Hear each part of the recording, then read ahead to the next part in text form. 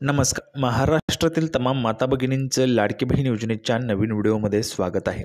लाडकी बहीण योजनेसंदर्भात लाडक्या बहिणींसाठी अतिशय महत्त्वाची माहिती आपण या ठिकाणी पाहणार आहोत. पाहू शकता बघा, 9 जानेवारीचे अपडेट आहे. 9 जानेवारीचे अपडेट आहे बघा.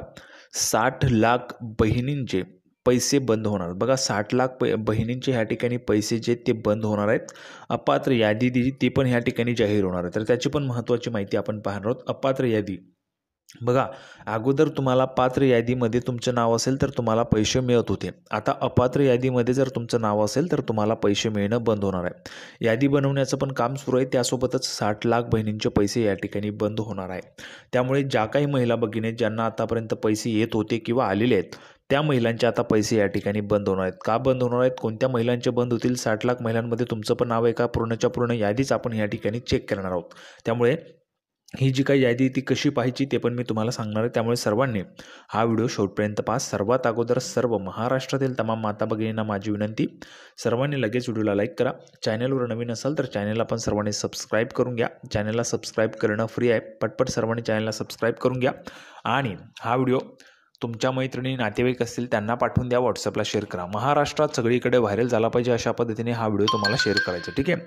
तर अतिशय दमदार अपडेट आपण ह्या ठिकाणी पाहणार आहोत. पाहू शकता बघा, 9 जानेवारीची अपडेट आहे. जानेवारी महिन्याची आतापर्यंत डिसेंबरचे पैसे सर्व महिलांना आलेले आहेत, परंतु आता जानेवारीचे जे पैसे आहेत ते फक्त सर्व महिलांना नाही, काहीच महिलांना येतील. 60 लाख महिलांचे पैसे बंद होणार आहेत.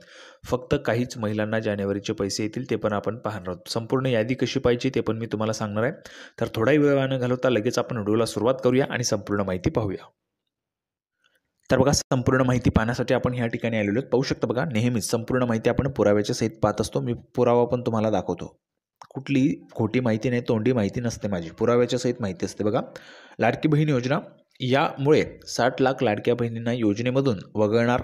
सरकारची दरमहा 900 कोटी रुपयांची बचत. बघा, दर महिन्याला 900 कोटी रुपयांची बचत सरकारची होणार आहे आणि 60 लाख बहिणींना या ठिकाणी योजनेमधून वगळण्यात येणार आहे. म्हणजेच त्यांचे पैसे जे ते आता ह्या ठिकाणी बंद होणार आहेत.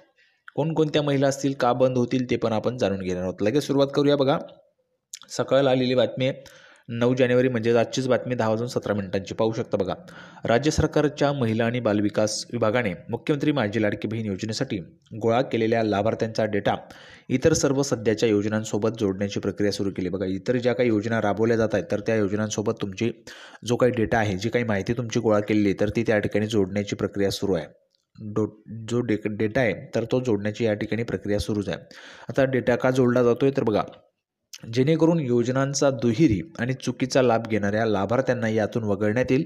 त्यामुळे राज्यावरील वाढता जो आर्थिक बोजा आहे तो कमी होईल. बघा, जर आपण पाहिलं तर काही ठिकाणी आपण जर पाहिलं असेल तर 2-2 योजनांचा लाभ घेताना महिला पाहायला मिळतात. बघा, एक तर लाडकी बहीण योजना, दुसरं म्हणजे संजय गांधी निराधार योजना. बघा, आता यामध्ये काय होतं, यामध्ये 1500 लाडकी बहीणचे, 1500 संजय गांधीचे, 1500 अशा महिलांना 3000 रुपये येतात आणि काही महिलांना फक्त 1500 येतात, कारण त्या महिला फक्त लाडकी बहीण योजनेचा लाभ घेतात. मग त्या महिलांवर अन्याय आहे. त्यामुळे कुठल्याही एकाच योजनेचा लाभ तुम्हाला घेता येतो. बघा, या प्रक्रियेमुळे राज्यातील 2.46 कोटी लाडक्या बहिणींपैकी किमान 25% लाभार्थी वगळण्याचा अंदाज व्यक्त होतो. बघा, 25% लाभार्थी जे आहेत त्या वगळल्या जाणार आहेत. त्यामुळे सरकारची दरमहा 900 कोटी रुपयांची बचत होईल असे सांगितले जात आहे. दर महिन्याला 900 कोटी रुपये सरकारचे वाचणार आहेत.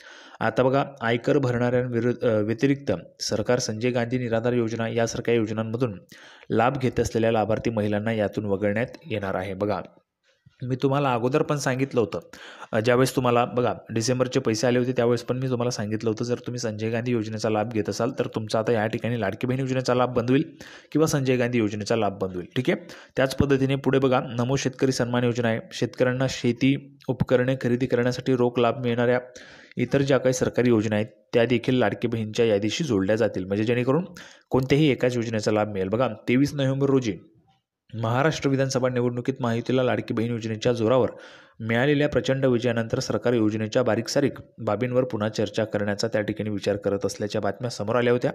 त्यानंतर माननीय मुख्यमंत्री देवेंद्रजी फडणवीस यांनी पदभार स्वीकारल्यानंतर लगेचच लाभार्थ्यांची यादी कमी करण्याची घोषणा केली, कारण अनेक अपात्र लाडक्या बहिणी लाभ घेत होत्या. बघा, अनेक अपात्र लाडक्या बहिणी ज्या लाभ घेतात त्यामध्ये बघा कोणत्या महिला अपात्र आहेत तर बघा, एका घरात 3-3, 4-4 महिला लाभ घेतात. काही महिलांच्या घरामध्ये कार आहे, तरी पण त्या महिला लाभ घेतात. काही महिलांचं उत्पन्न 2.5 लाखांपेक्षा जास्त आहे, तरी पण त्या महिला लाडकी बहीण योजनेचा लाभ घेतात. त्यामुळे अनेक अपात्र लाडक्या बहिणी ज्या आहेत त्या योजनेचा लाभ घेत होत्या. आता 1 जुलै 2024 पासून योजना जी ती सुरू झाली, त्यापासून राज्य सरकारने 6 हप्त्यांमध्ये जवळपास बघा 21,600 कोटी रुपये आधीच वितरित केले आहेत. बघा 21,600 कोटी रुपये तुम्हाला वितरित झालेले आहेत. हा आकडा खूप मोठा आहे. आम्ही रोख लाभ योजना राबवणाऱ्या सर्व विभागांकडून डेटा मागितला आहे. नमो शेतकरी सन्मान योजनेत 18.18 लाख महिला लाभार्थी आहेत. तर थेट लाभ हस्तांतरण म्हणजेच DBT योजनेत ज्या अंतर्गत शेतकऱ्यांना उपकरणांसाठी रोख अनुदान मिळते, त्यात 1.71 लाख महिला लाभार्थी आहेत. एकूण 10.8 लाखांपैकी संजय गांधी पेन्शन योजनेचा 25 लाख निराधार महिलांना फायदा होतो, असे महिला आणि बालविकास विभागाच्या माहिती असलेल्या एका अधिकाऱ्याने माध्यमांशी बोलताना सांगितलं. बघा ऑफिशियली माहिती आहे. बघा महिला व बालकल्याण विभागाचे जे अधिकारी, त्या अधिकाऱ्यांनी या ठिकाणी दिलेली माहिती आहे. त्यामुळे बघा भरपूर महिलांना वाटत असेल आमचे पैसे आता त्या ठिकाणी यायला सुरुवात झाली, म्हणजे बंद होणार नाही, आमचं टेन्शन मिटलं. तर बघा आता तुमच्यासाठी खरी महत्त्वाची टेन्शनची बातमी आपल्याला पाहायला मिळते. जर तुम्ही अपात्र असाल तर तुमचा लाभ हा बंद होईल. शेजारच्या महिलांना पैसे येतील, तुम्हाला पैसे येणार नाहीत. मग तुम्हाला वाटेल आमचा लाभ कुठे गेला, तर तो लाभ अशा पद्धतीने तुमचा बंद होईल. कारण जर तुम्ही अपात्र असाल तर तुम्हाला पैसे येणार नाहीत. जर तुम्ही योजनेसाठी पात्र असाल तर तुम्हाला पैसे येतील. ठीक आहे. आता अपात्र पात्र कसं ठरवलं जाईल, त्याच्या याद्या पण तयार होत आहेत. त्यासोबतच अपात्र असण्याच्या काही निकष आहेत, जे काय आपण JR मध्ये पाहिलं असेल. तर तुमचं 21 ते 65 वर्ष वयोगट असलं पाहिजे. दुसरं तुमचं 2.5 लाखांच्या पेक्षा कमी उत्पन्न पाहिजे. तुमच्याकडे कार नको. त्यासोबतच एका घरात म्हणजेच एका रेशन कार्डवर, बघा एका रेशन कार्डवर फक्त 2च महिलांनी लाभ घेतला पाहिजे. एक विवाहित आणि एक अविवाहित. ठीक आहे. अशा पद्धतीने 2 महिला, 3 महिला, 4 महिला असतील तर 2 महिलांचे त्या ठिकाणी बंद होईल. 2च महिलांचं चालू राहील. विभागाने वाहतूक विभागाकडून बघा ज्यांच्याकडे कार आहे त्यांच्याकडून वाहतूक विभागाकडून डेटा मागितला आहे, जेणेकरून यादीतील 4चाकी वाहने असलेल्या कुटुंबाची संख्या कमी करता येईल आणि या घरामधून ज्या महिलांची नावे आहेत त्यांना वगळता येईल. याशिवाय करदात्यांची आयकर यादी आम्हाला या कुटुंबाचे उत्पन्न निर्धारित करण्यास मदत करेल. बघा करदाते जे काही आयकर भरतात त्यांची पण यादी ह्या ठिकाणी येणार आहे.